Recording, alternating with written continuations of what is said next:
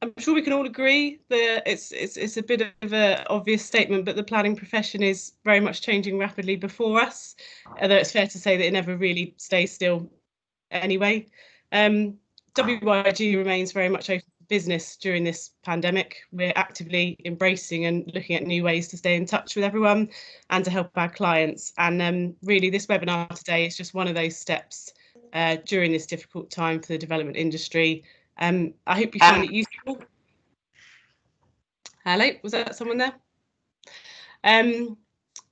We are going to have a particular focus on now, what's going on right now, because I think that's what everybody wants to talk about. But we will be looking at what's going on next and new things that are up and coming, because ultimately we will get through this current crisis and this lockdown, and we all need to be thinking both long term and short term. As you might expect, the purpose of today's session is to cover all things planning and COVID-19 and the impact on you and your business. And as I said, it's the first of such our events, but I hope it's not our last. And we'd certainly like to be able to offer more free sessions in the future, and perhaps even cover suggestions by yourselves on relevant topics that we might want to be looking at.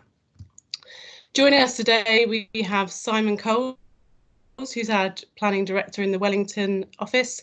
We have Ian Blacker, who's the director in the Bristol WIG office, myself, and we have Jojo Bannister, our assistant planner from our Wellington office. Jojo is on hand today to provide our technical support and generally keep us all in order as we navigate this very new way of meeting and this brave new world of virtual interaction. I'm sure it will be fun. Before we get going, there are, as ever, some housekeeping rules for this meeting, as there are with any meeting. Most importantly, Jojo has put everybody on mute. This is not because we don't want to hear from you, but merely just to keep the background noise to a minimum, and obviously to ensure that everyone can hear properly as much as possible.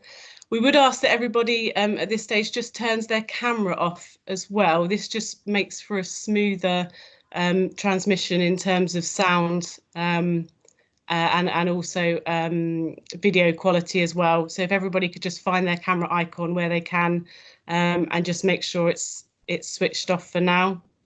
Let's give everyone a minute for that. That's great. We want to make the format as flexible and inclusive as possible. We deliberately haven't done any PowerPoints because we want our session and the hour-long session to be dominated by your questions and discussions that are relevant to you, not ones that have been picked out necessarily by us. I will start out by letting Simon Coles and Ian Blacker just take you briefly, very briefly, through their most recent experiences and thoughts in light of recent events. And after that, we'll move as quickly as you can to questions. Thank you to those who have already submitted questions via email ahead of this meeting. We will pick up on a couple of these first and then hope to move on to further questions from you by the Teams Messenger service that's available within the sessions. For those of you that don't know, because I didn't know until about a fortnight ago, you can view the Teams Messenger service if you move your mouse just to make your menu appear on your screen, and then you click the icon located third from the right, which looks like a speech bubble. And when you hover over it, it should say show conversation.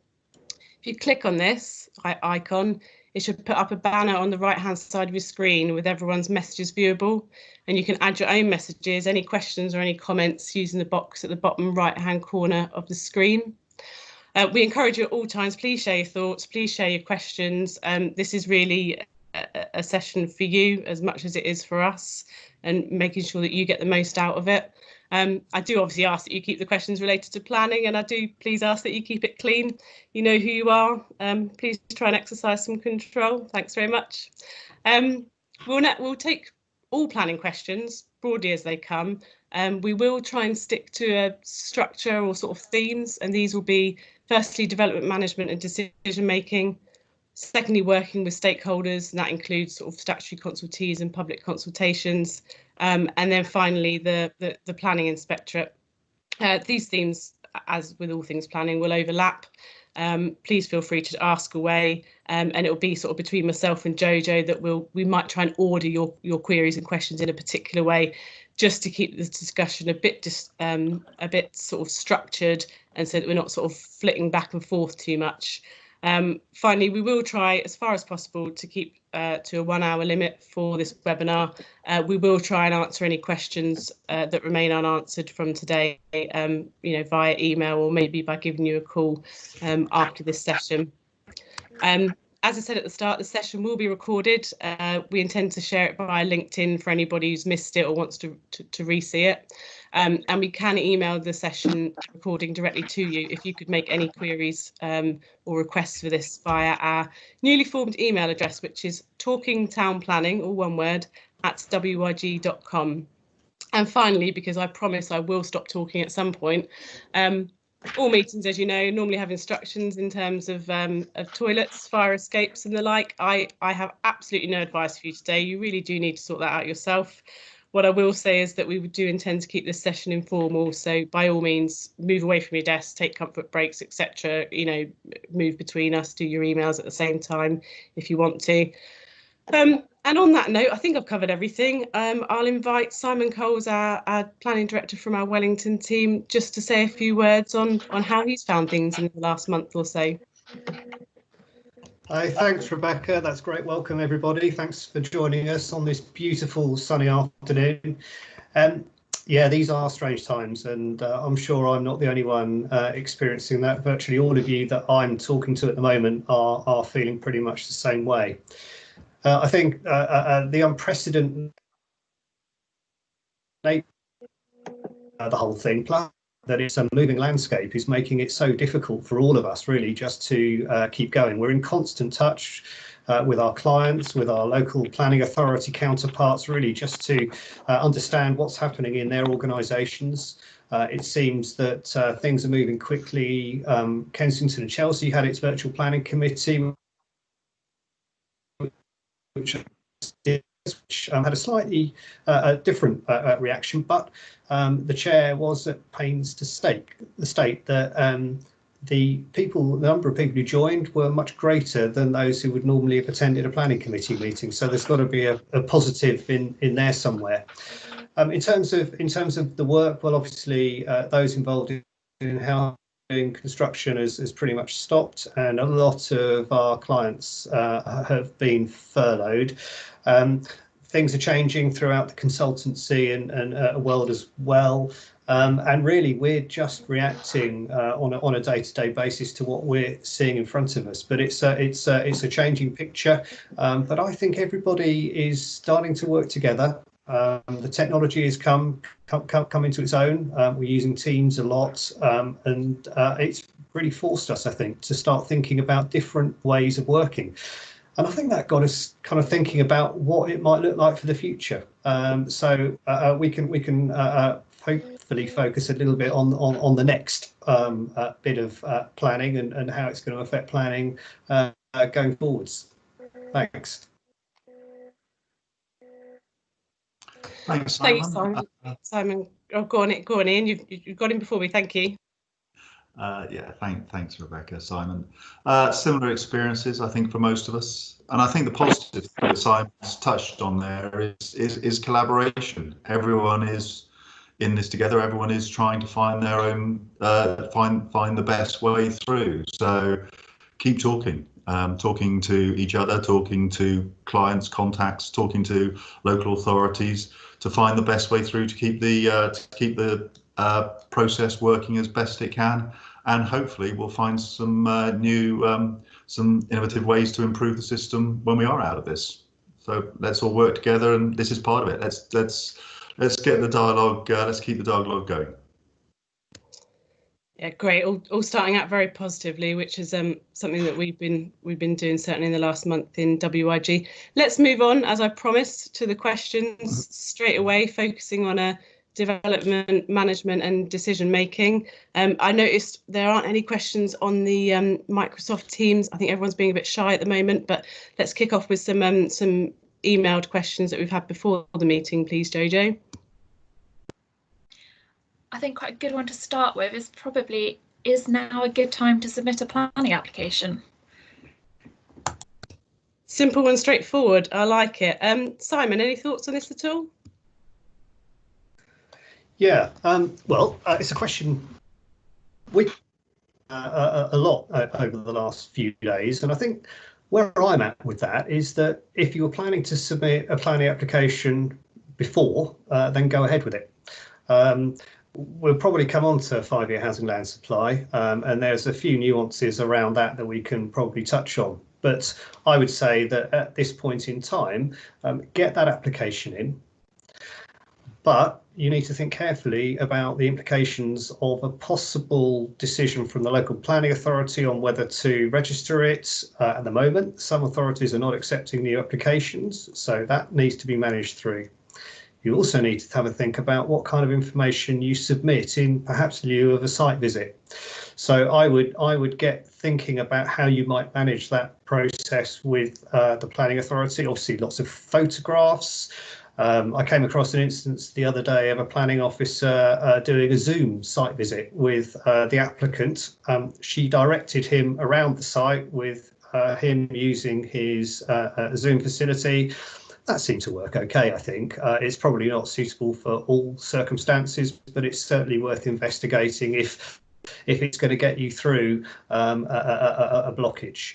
So yeah, I would definitely go ahead, get those applications in, because look, let's face it, the authority will be keen for the fee. We need to ensure that we've got some oven-baked schemes when we come out of this that can be contributing towards housing delivery, etc., and economic development generally. So my view is, yes, this is a good time to submit an application, especially if you are going to submit one anyway.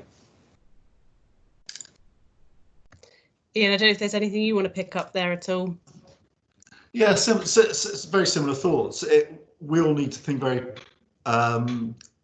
quickly on our feet about how we can help the decision makers make those decisions. How can we help stakeholders? How can we make the officers? How can we deal with the consultation? So look at every document. We're on the verge of submitting one last week, and we in effect went through every single document and revisited it to see where we could provide more illustrative material. We've uploaded some with videos, a bit like the Zoom site visit that Simon was talking about, photo libraries, really thinking as an extension of what we would do anyway, thinking of the reader and helping the case officer with the exercise they have to go through. So it's making sure, as Simon says, that we're ready, but we're ready in a way that it can go through the process as smoothly as possible in the current circumstances.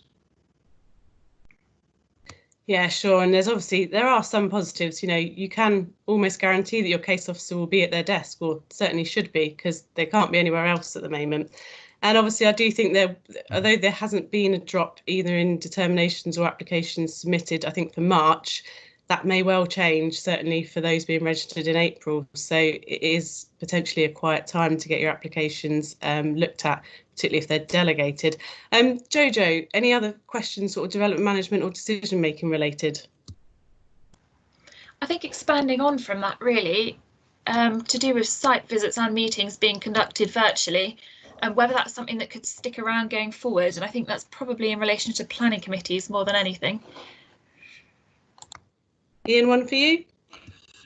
Yeah, so I think it is, and I think one of the unintended consequences of this whole process and using technology is that there'll be things that are discovered that perhaps we haven't done in the past because everyone in the process has been slightly hesitant to adopt these new styles. We'll be saying, actually, this works as well. It might be slightly different. In some cases, it's going to work better. So I can absolutely see a lot of these things being used, technology being used, and continuing once we are through this. I can absolutely see those things being the new normal for us. Yeah, certainly it does make a difference. I mean, there's always a time and place for a face-to-face meeting, isn't there? But, you know, just in terms of time, or even, you know, people logging onto this webinar today, it's not so much of a commitment. There isn't the travel and expenses of travel going there. If you've got to do a meeting where everyone's travelling 2 hours there and 2 hours back, Is it a good use of time? Can you get the same outcomes in a virtual meeting? I think we'll be asking ourselves more and more those questions.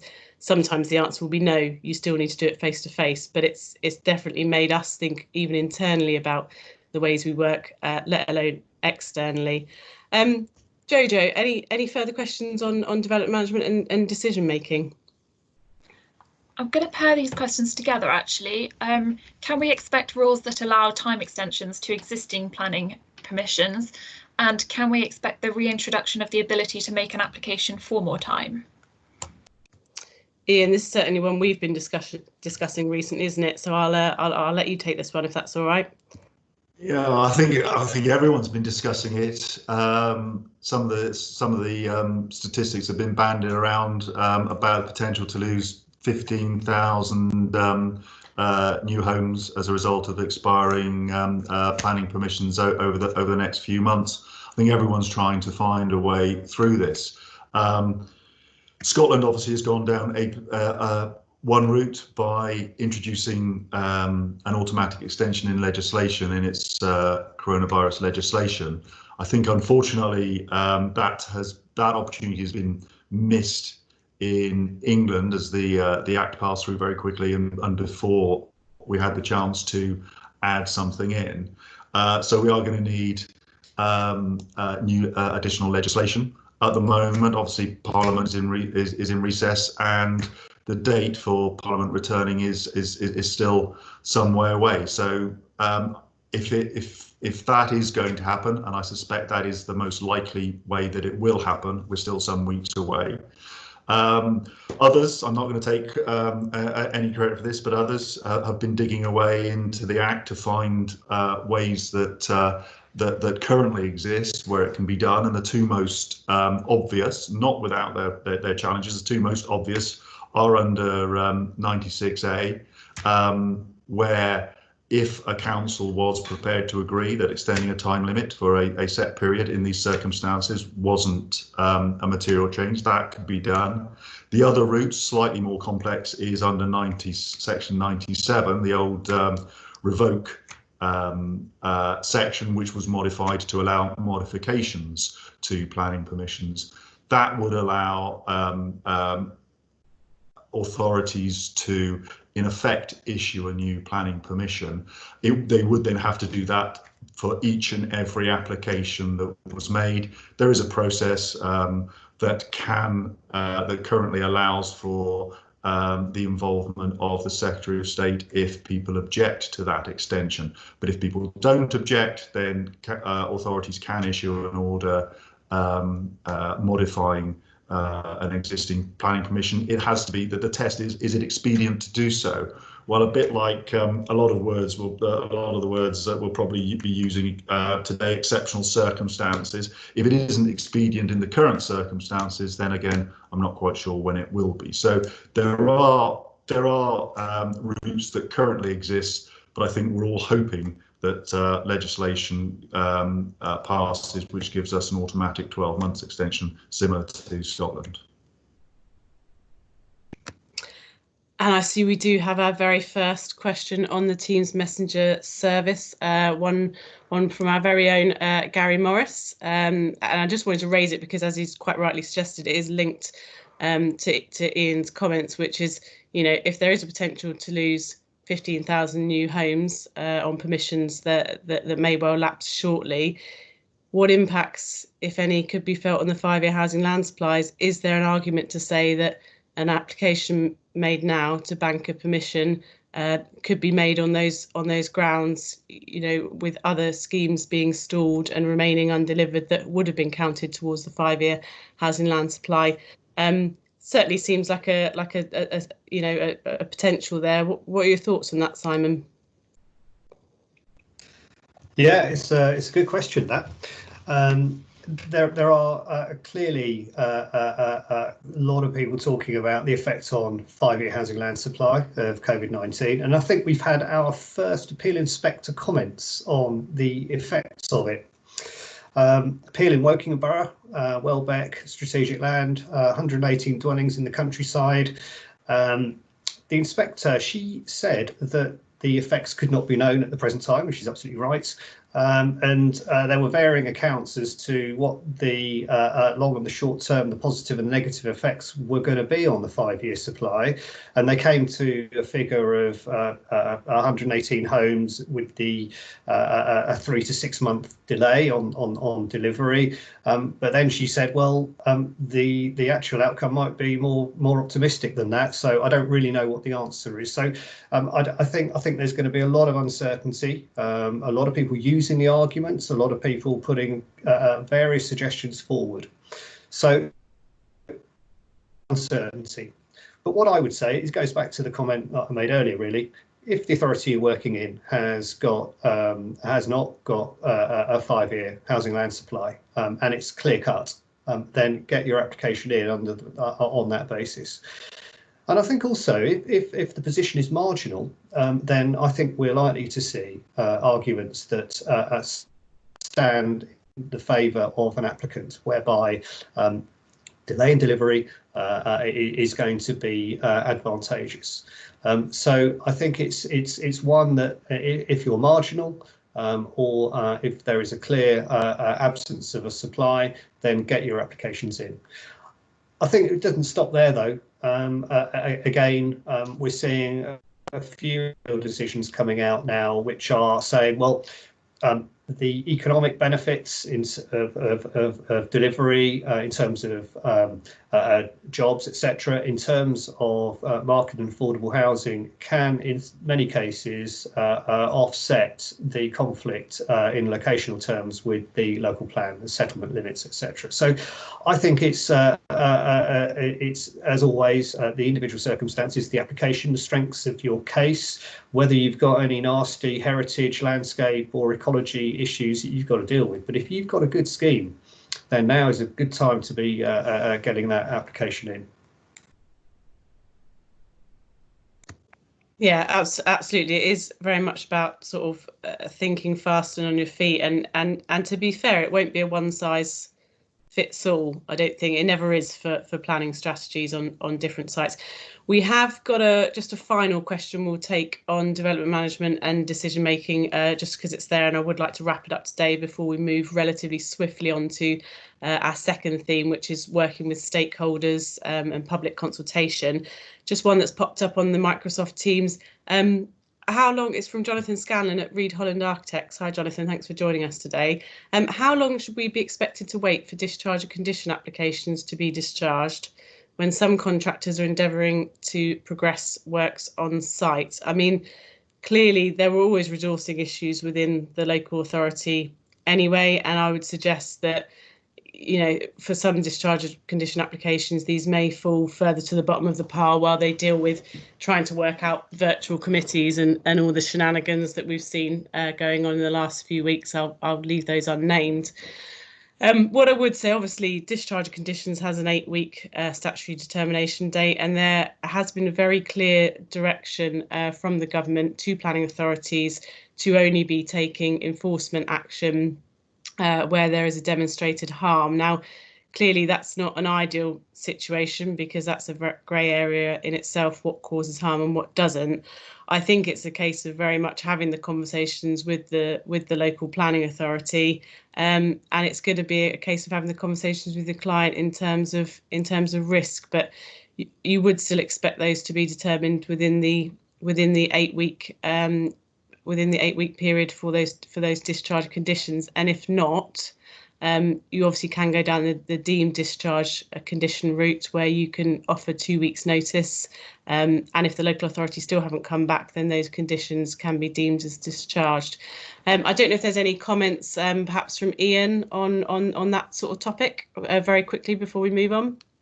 No, I think you've summarised it very well. It is about dialogue, and it is about emphasising delivery. If there is a site that is ready to go, if people are on site and available to continue working to deliver, then that needs to be emphasised to the relevant local planning authority, the urgency and how this can actually help us all move forward. So dialogue again. I will move. Judith, I have seen your question, and we will certainly come back to it in one form or another, either within or outside of this webinar. We will move on just to sort of get sufficient time for our second theme, which is working with stakeholders, covering statutory consultees throughout the planning process and also public consultation itself. Jojo, I think we had some email questions in, particularly on that topic, which is why we wanted to cover it. I'll just cover a very quick housekeeping point. I've had a few people get in contact that can't actually access the chat. It seems to work if you unjoin the call and then rejoin. So anyone who's having issues accessing the chat, obviously that's not everybody, but if you are, it might help just to disconnect and then rejoin us. So I hope that fixes any problems you might have. Yeah, we have had a few questions on public consultations, and essentially how will these be done when nobody can meet in person, and more importantly enough for it to be acceptable to the local authority and protect from future scrutiny and challenge? A very interesting question. I think, to be fair, something we were thinking about even before COVID-19 in terms of, are the traditional public exhibitions the best way to go? Are they the only way to go? Do we need to be thinking more laterally? It just comes very much more sharply into focus when you're not allowed out of your house. Simon, any thoughts on this one at all in particular? Yeah, thanks, Rebecca. I mean, it's something that, as you say, as an industry, we've been looking at for a little while now, because I don't know about anybody else, but all the virtual consultations I've done over the last 2 years, where we've had an exhibition as well, completely outgunned. The numbers attending online have completely outgunned the numbers attending in person. That said, you've got to look at it on a site-by-site basis, I think, and really it will be your choice of approach will be determined by a whole range of factors to do with the scheme, the local authority, the level of sensitivity of the site, and the existence of neighbours and boundaries and so on and so forth. But I think, you know, we've seen new rules come in Scotland. Community engagement companies are falling over themselves in developing various software, etc., to enable more effective online engagement. I think really the key for me comes down to how to those hard to get groups, how you engage effectively with them is really important. Because not everybody's online, rural broadband, so on and so forth. So we've got to be very clear on an approach, a strategy when you're looking at an engagement event on how you're going to get to those people, because you don't want to experience JR as a result of not having done the process properly. Obviously, in Wales, there are different rules that it's a statutory requirement that you undertake a certain level of engagement.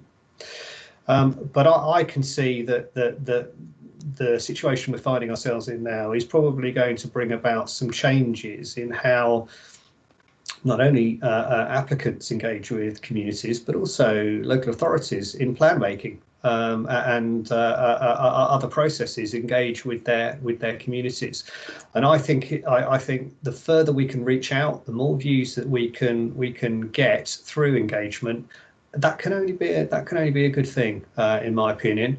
But I think we're going to see now a shift towards more virtual and online engagement, and I see that as a positive generally. And just, yeah, I mean, for my purposes, I don't see why you couldn't progress an application and still be able to submit a very thorough and comprehensive statement of community involvement to support your planning application right now. I do think there is a perception that developers and their agents need to be sort of seen face to face, and it's how you can get across particularly within rural communities who are used to the traditional means of meeting face to face. So it does need to be tailored to each community. Ian, what do you think? Would the current circumstances make you think twice about consultation and whether you could do it adequately to support a planning application? No, for all the reasons that we touched on so far about if you're ready to go, then go and submit. Now can be a good time to submit, and mix and match. I think there might be a return of postal responses. I think we probably, as we focus more on exhibitions and more online, we tend to notify people that there is an exhibition with some very scant details.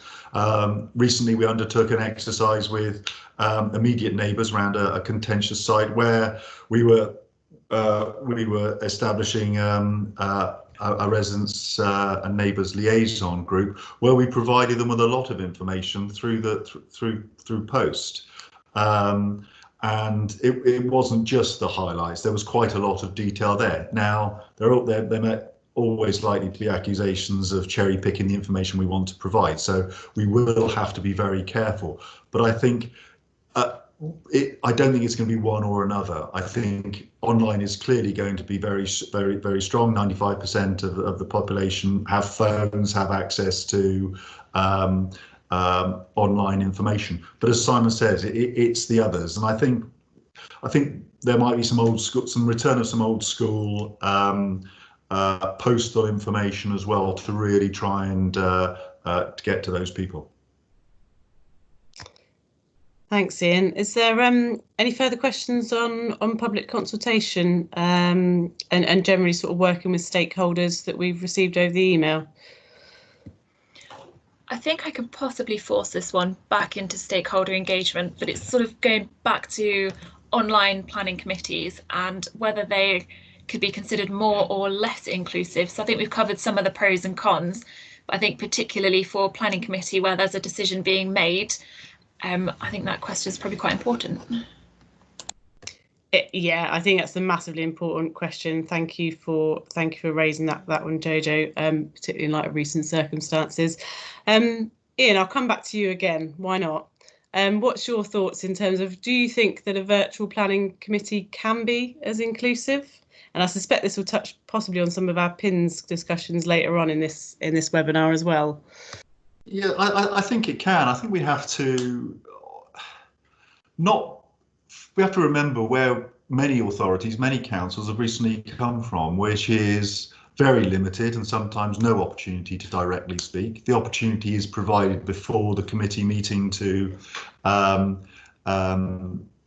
present your view, and the requirement until the legislation took effect last week was that the committee meeting had to be notified. It had to be taken place in a named place, and people had to be able to witness it. There was never any right to present directly to that, and as long as you could witness the democracy in action, then that was sufficient. I think it's also quite telling that the planning court has decided that it itself can continue behind closed doors with no barristers, with nobody attending whatsoever, if needs be. So if the ultimate decision maker has decided that, then I think we have to, like most things, we have to be proportionate about this. If you've been given the opportunity to participate by submitting your views, if you've been given the opportunity to participate online, if you've been given the opportunity to participate or to observe democracy in action, I think that's not only a proportionate and reasonable response to the current situation, I think that's probably a reasonable and proportionate response going forward as well. Yeah, absolutely. That probably neatly brings us on to the issue of the planning inspectorate, which we have given its own theme. And I know they've had their own issues about transparency and fairness, and that has very much led their response, lack of response, not sure, to the situation. Simon, in our previous discussions, I know you've had sort of thoughts. Did you want to take people through just broadly the the stance of PINS to date, which can be done very briefly, is my understanding, and some of your thoughts on how things are going there. Yeah, well, in broad terms, PINS is shut. So go figure. The government is encouraging local authorities to set up their virtual planning committees, and we've got new rules and regs that give them significant flexibility to do just that.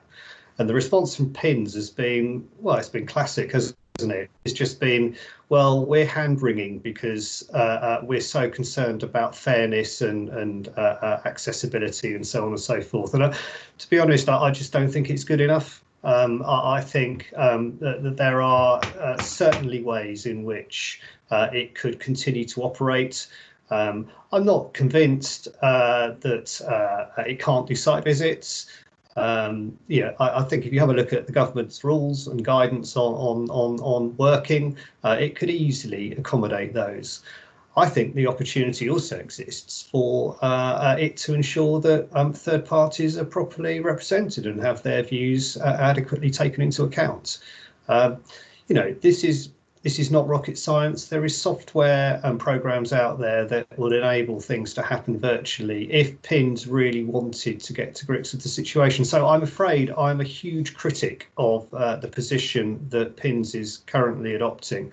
Now, behind the scenes, it might well be looking at ways to unblock the system. But quite simply, if the industry is going to wriggle its way out of recession and to start delivering homes and jobs and making a major contribution to economic growth following the CV-19 pandemic, PINS has got to find a way to get going and keep its decision-making processes in play because, frankly, the decisions coming out of it will soon dry up.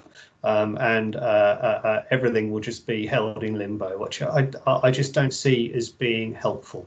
So sorry, it's not a positive outlook, but hopefully if anyone from PINS is listening, they might go away and do something about it. Thank you, Simon. Clear and coherent as ever. Jojo, do we have any specific questions in relation to the planning inspectorate and their role, not only for appeals, but at sort of local plan examinations as well? We've got one, just generally asking whether the current crisis will impact on anyone's ability to submit an appeal for non-determination. And I think, Simon, you've probably just covered that off. Very forcefully. One thing you did mention though, Simon, sorry, Rebecca, and trying to avoid ricocheting between topics, you glossed over site visits, and we have had a question about whether local authorities, and I guess you can include PINS in that as well, can legitimately refuse to carry out site visits in the current circumstances, and where we stand on that. Well, it's a difficult one, but I think an authority could hide behind the rules if it so wanted, and it could use the rules as an excuse or a reason not to do site visits. But I think that actually it could look at it in a slightly more can-do way and say, how can we make a site visit work? How can we undertake an appropriate risk assessment? Is it essential? Well, not in all cases maybe, but in some cases, I think in order to keep the decision-making process going, to keep the planning plate spinning, I think that authorities just need to think again, perhaps, about how they can undertake site visits safely and within the guidelines. I mean, I don't have anything sort of specific. We talked about Zoom site visits. We talked about using technology. Yes, nothing can beat getting out and seeing a site in the flesh, so to speak. But it's whether or not the officer is comfortable in actually making that decision to get out there. If it's in the middle of the countryside and there's nobody around, then that might be an easier decision than were it to be in a crowded city centre, where there might be other people that they could come into contact with. I guess it's a horses for courses thing, but I do wish authorities would perhaps look again at their decisions that they might have made, you know, in putting a blanket no on site visits, and perhaps just reevaluate things in the light of us now looking towards the future, the economy, and how we're going to get ourselves out of this. Yeah, I think, I mean, every local authority will take their own stance, and in some respects, there's not a lot we can do about it except point out the obvious, which is that the government guidance as it currently stands, hopefully it's not going to change tomorrow or in the near future, is that there are only essential activities that you can legitimately do outside of your house, which is obviously to get medical supplies, to get groceries, and one of those is to go to work, where you cannot do that at home.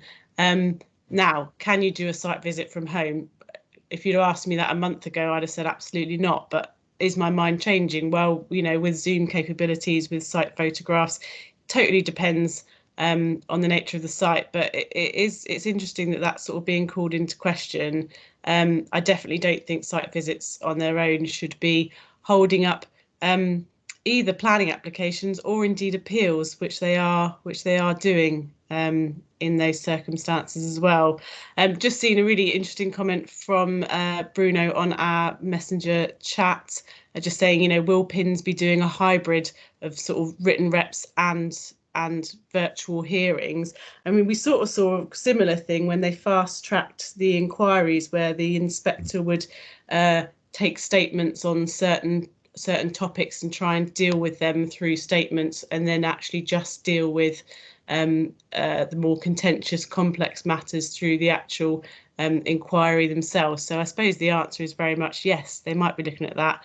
I think the answer is that they just need to, you know, they need to get the new processes in place. They need to speed up in doing that, because in the meantime, appeals are coming in. I don't know if it's one to either Simon or Ian, actually, whether in light of the shutdown basically of PINS, both for local plan examinations and for planning appeals, are you changing your approach in terms of planning strategy for clients? Because previously, if you've got, you know, dare I say it, a really unreasonable local planning authority, you've got the appeal option, whereas now it's quite a different story. I don't know whether you've had any experience in that, or whether that sort of changes your approach at all. I'm happy to pick that up, Rebecca. Thanks. Well, I think our approach is pretty much the same as it always was, which is, look, we always write our statements, put together our technical arguments with an appeal in mind, and that's no different to now. We always like to take the approach that we're going to secure our consents at committee stage, because I think, you know, we're seeing more and more that the appeal process is expensive, time consuming, and actually something of a lottery in many cases. So we always try and get our consents through the committee stage. So I don't think anything's changed there as such, but certainly if you think that you're going to make an application that's destined to go to appeal, then you're going to have to make sure that you're, you know, trying your damnedest to get it through at planning committee stage. Now, where you've got an authority that isn't doing planning committees at the moment, I'm not sure where that leaves you necessarily. But I think we can be certain that as time goes on and the dust settles, then more and more authorities will start getting more confident about setting up virtual committees and their powers of delegation, maybe even. I mean, we had a situation in Cornwall last week. It was astonishing. We had an application for some houses, parish council objection, destined to committee under the council's standing orders, but actually that week the council had rewritten its standing orders and its SCI, and the ward member had the final say, overrode the parish council, and delegated approval was issued a couple of days later. So, authorities are starting to just wind on a little bit, I think. And so I think we're going to see, as we go forward, a lot more pragmatism when it comes to things like this. But it's a confidence thing, I think, in local authorities. They'll wait and see how everybody else does it, and then maybe jump on the bandwagon. Sorry, Ian, I jumped in ahead of you there. No, absolutely, absolutely fine. And just looking at some of the chat there, comments from Dave and Robin with picking up themes that you've been talking about. That it's almost we're in the, I don't know whether we're at the end of the beginning or the beginning of the end of the beginning or so on, but it seems that a lot of authorities, not enough, and certainly not PINS, but a lot of authorities are starting to think, okay, we've stopped, but we're going to have to start thinking about starting again. What can we do? And I too have had experience where councils have changed their rules and guidelines for what can be done with under delegated powers. I agree with Bruno's point that I think we will see permanently a change in whether it's a hybrid, there'll be a change in inquiry procedures across all formats, whether it's local plan, formal hearing, 78, whatever it might be, to try and speed up the process, cut out a lot of the extraneous stuff, really focus down on the key issues and get those interested parties in real terms or currently virtually around a table to discuss those items. And I think people are starting to realise that every day when the Chancellor comes out or the World Bank comes out and gives some more horrific stories on the economy, there is not only going to need to be a restart, there's going to need to be a very quick restart. So I think fast track appeals, the government is going to have to realise, and PINS are going to have to respond to the realisation that every appeal is going to have to be a fast track appeal. We are going to have to get these through with the right process and hopefully the right decision, whatever that might be coming out at the other end. But I think now we are starting to realise we are in that secondary phase. Authorities are dealing with it. The one that's lagging behind, again, I've seen the comment about our barristers talking about it and pushing it in some trials of virtual hearings and inquiries. I think that momentum will build because it's going to have to. And lobbying of government through various organisations, lobbying of regional bodies and local bodies needs to keep that pressure on. We can't stop, and we have to start the restarting process now. Yeah, I've seen just jump back in if I can. Great comments from David Lofink and Bruno Moore. Completely agree. Ian, I agree with you. We're going to have to do what Andrew Whitaker of the HBF calls a hot start, which I think we are going to need to get ready for. It is just simply not good enough for authorities to have their head in the sand. I mean, we've published this week. Jojo was part author of a little spreadsheet based on what South West authorities are doing to address things like decision making, application pre-app registering, etc., etc. The number of them that have requested a time extension until the end of June or August on applications and are now threatening refusal if you don't comply, that's and picking up Bruno's point about we've got to be doing things differently now and in the future and take forward some of the positivity and the momentum that we're going to need. And I think authorities have to start looking at things differently and take a more can-do proactive approach. Now, if it comes down to funding, okay, the planning white paper will be published at some point. I know that funding of local planning authority services was going to be a topic in that. That needs to be addressed. We need to make sure that the authorities that we're dealing with have got the technical ability to deal with virtual, to deal with people in a far more efficient and proactive way. And I'm hoping that as we emerge from this pandemic, There's going to be, and it comes back to the people, it comes back to the collaboration point that Ian talked about earlier. We've got to work together better to actually deliver some of the outcomes that we're going to need in the coming months and years if we're going to avoid a kind of a nuclear winter as a result of this pandemic. And you almost optimistically think that maybe in, I don't know, pins aside, because this probably doesn't apply, in 8 to 12 weeks, some of the more proactive local authorities might have got it sorted, which, you know, sort of, if you think, you know, you've got a bit of a lull in terms of applications now, they appreciate some of the comments they're saying that local authorities are saying that they've got a higher workload. I would suggest that's from March submissions and not necessarily from April and May.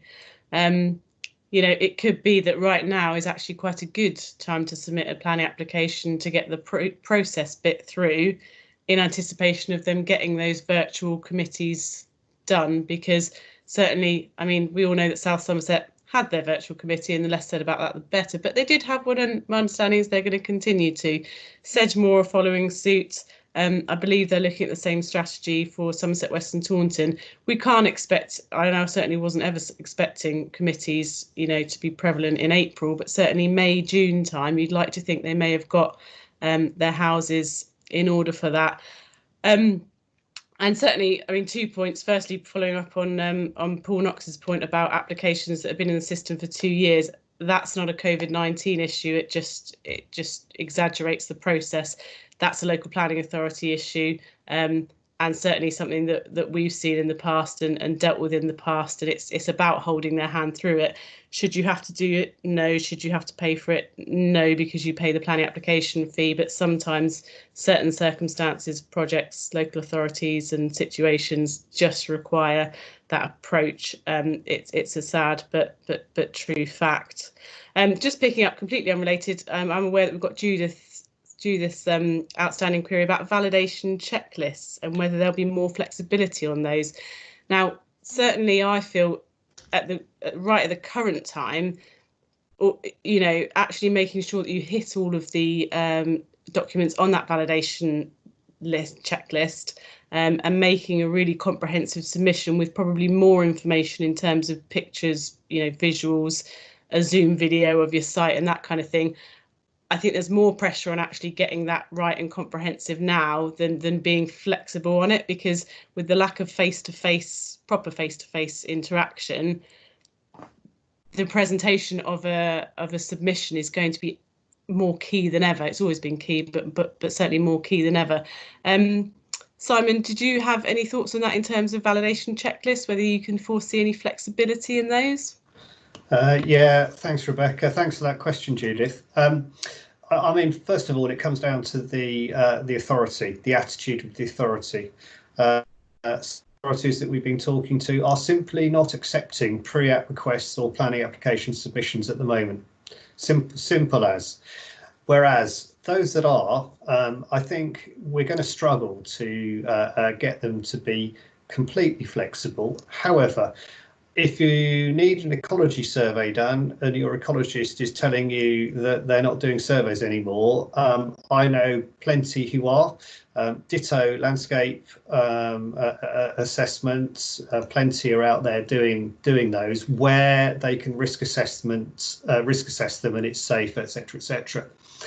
And so, for example, on a site, you could get away probably with a desk-based landscape assessment. You could probably get away with a phase 1 habitat assessment, and then seek to follow on with the detailed surveys during the currency of the application. That might be enough to get your dialogue going on key matters to do with the application, noting that in any application, you know, it's the slowest element of it will delay everything else. So if ecology or landscape or whatever it is, that it is slowing you down.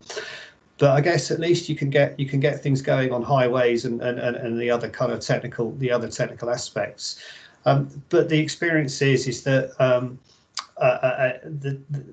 unlike where you're submitting an application, the validation clerk will go upstairs to a planning officer and say, look at what I've got this application.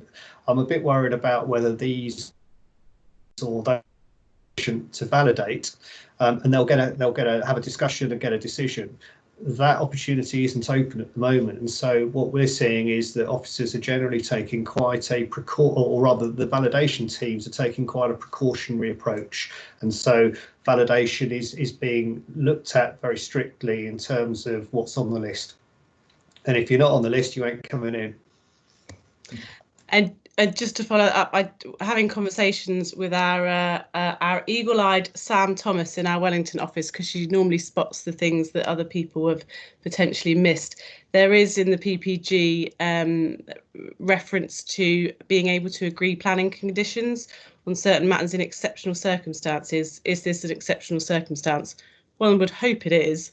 So it may be that things like the more detailed ecology surveys or traffic surveys could be agreed via planning condition. They wouldn't normally, but it may be that they can under the current exceptional circumstances. And I think that's very much something that we'd be looking to engage local authorities on in the near future. I did say at the start of this session that we would try and keep it to an hour, so I'm going to try and fulfil that promise, notwithstanding that we're now getting a lot of inputs on the team messenger, which is really great to see, I should say.